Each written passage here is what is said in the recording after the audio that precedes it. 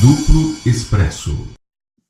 Chamo de dopagem social um fenômeno com o qual nos deparamos nas sociedades contemporâneas a caráter urbano e, sobretudo, midiático.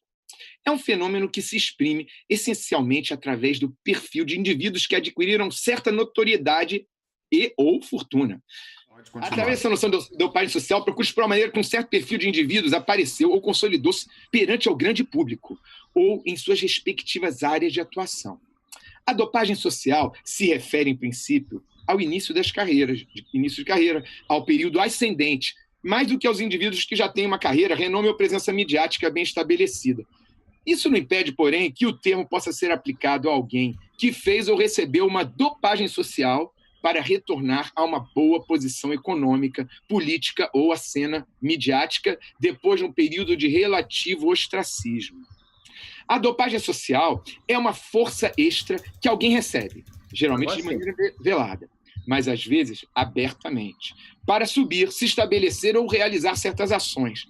Os interesses econômicos, políticos e midiáticos que dopam socialmente, escolhendo um indivíduo que lhes pareça apto e apropriado, o fazem, logicamente, esperando que esse indivíduo cumpra o papel que lhe é designado. Por sua vez, este indivíduo, em geral, aprecia a posição alcançada. O típico dopado social vive em simbiose e colaboração com quem o dopou. Mas a pessoa pode também dopar a si própria, realizando operações obscuras, antiéticas ou simplesmente se associando oportunisticamente com quem tem os meios ou o poder. A ideia de definir uma dopagem social me veio a partir da observação, já de boa data, dos desvios do esporte profissional de alta esfera de competição, como as modalidades olímpicas ou o futebol dos grandes e milionários clubes. Porém, a dopagem, em busca de resultados esportivos, não se restringe a esses esportes. E chamo ela de social justamente porque o que me interessa definir é uma dopagem que extrapole o âmbito esportivo, embora que fique bem claro que o esportivo é certamente parte do que chamamos de social também. Justamente, o primeiro exemplo de dopagem social é de alguém que operou uma transposição entre a área estritamente esportiva para a midiática, chegando posteriormente à política. Esportiva, se digo por assim dizer, se é que os concursos de bodybuilding, estilo Mr. Músculos, podem ser considerados como sendo exatamente uma prática esportiva. Mas bem, vamos considerar que sim, para fins do desenvolvimento da noção que busco demonstrar. Trata-se de um ator que chegou a ser governador da Califórnia, pelo Partido Republicano, entre 2003 e 2011, Arnold Schwarzenegger. Não é segredo que ele é nascido e criado na Áustria e que seu pai entrou voluntariamente no Partido Nazista, que integrou as tropas SA. Foi sargento do exército alemão e ferido na guerra com os soviéticos. Posteriormente foi, como a maioria dos nazistas de baixo escalão, perdoado e acabou virando policial na Áustria do pós-guerra. Certo, pai é pai, filho é filho e outra pessoa, mas fica a informação para registro. O que vem ao caso é que Arnold Schwarzenegger obteve vitórias nos concursos de músculos utilizando anabolizantes e esteroides, prática admitida pelo próprio. Fez então fortuna com revistas e academias de fitness. Virou estrela de Hollywood, governador do estado da Califórnia, o mais rico e populoso estado americano. Uma vez bem estabelecido financeiramente, com personalidade pública e modelo para muitos jovens, Schwarzenegger passou a fazer campanha contra o uso de esteroides anabolizantes. Podemos nos perguntar se trata de pura hipocrisia de quem não precisa mais do tipo de performance que praticava anteriormente. Talvez hipocrisia de quem utilizou as antinaturais e perigosas substâncias sob supervisão certamente bem remunerada de especialistas em medicina, coisa que a maioria dos simples cidadãos esportistas jamais terão acesso. No caso de Schwarzenegger, a dopagem é literal, ou seja, injeções na veia ou nos músculos, mas o resultado é uma dopagem social, no sentido de que esta propiciou a ascensão de sua carreira. Observemos também que, ironicamente, o almejado super-homem da era nazista, que não vingou sob a liderança do também austríaco Adolf Hitler, encarnou-se hollywoodianamente e arquetipicamente em um outro austríaco, Schwarzenegger.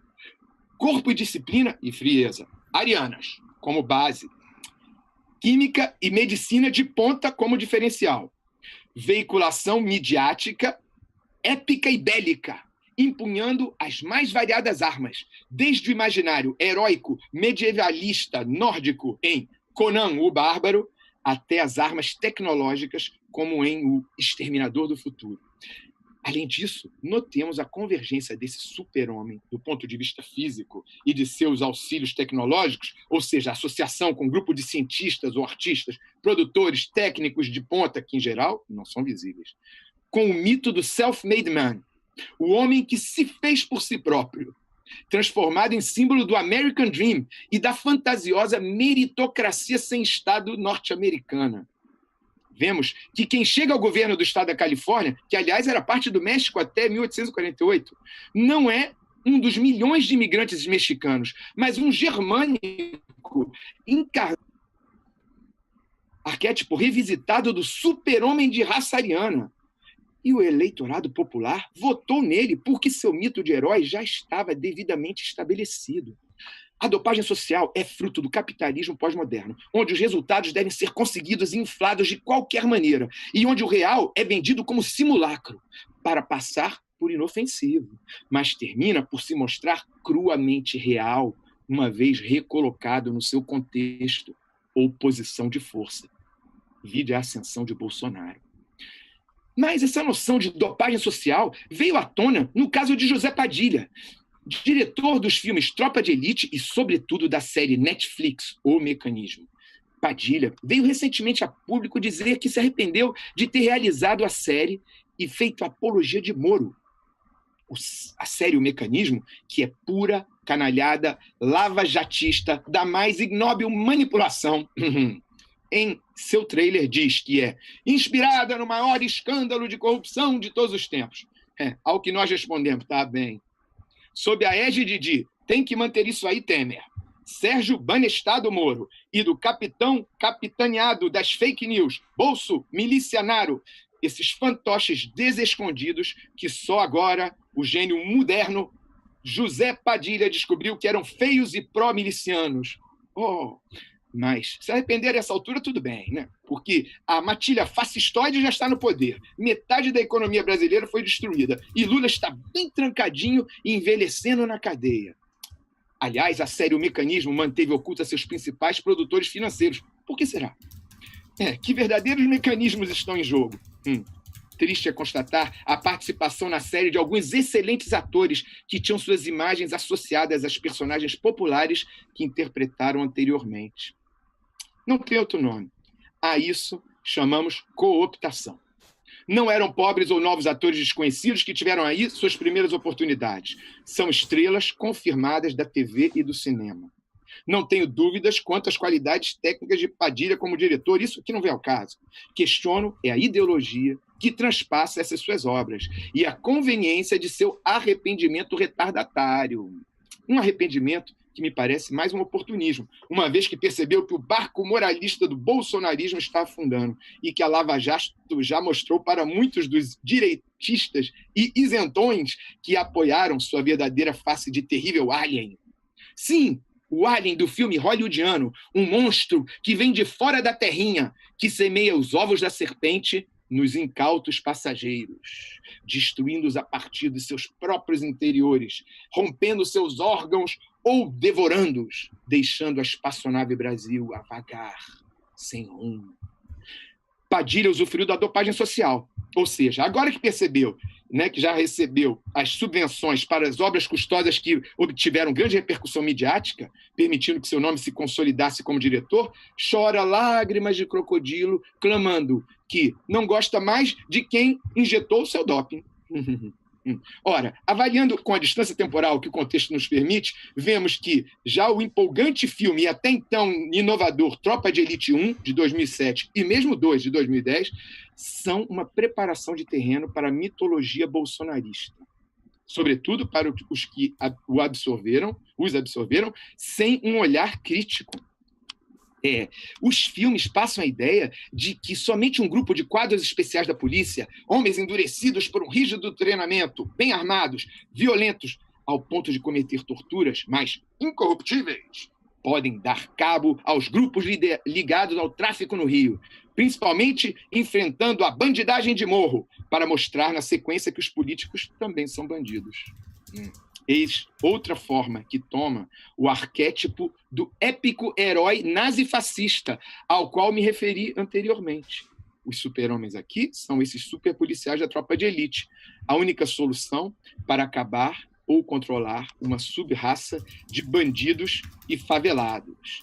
E na sequência final, porém, como de praxe, no Brasil a realidade supera a ficção.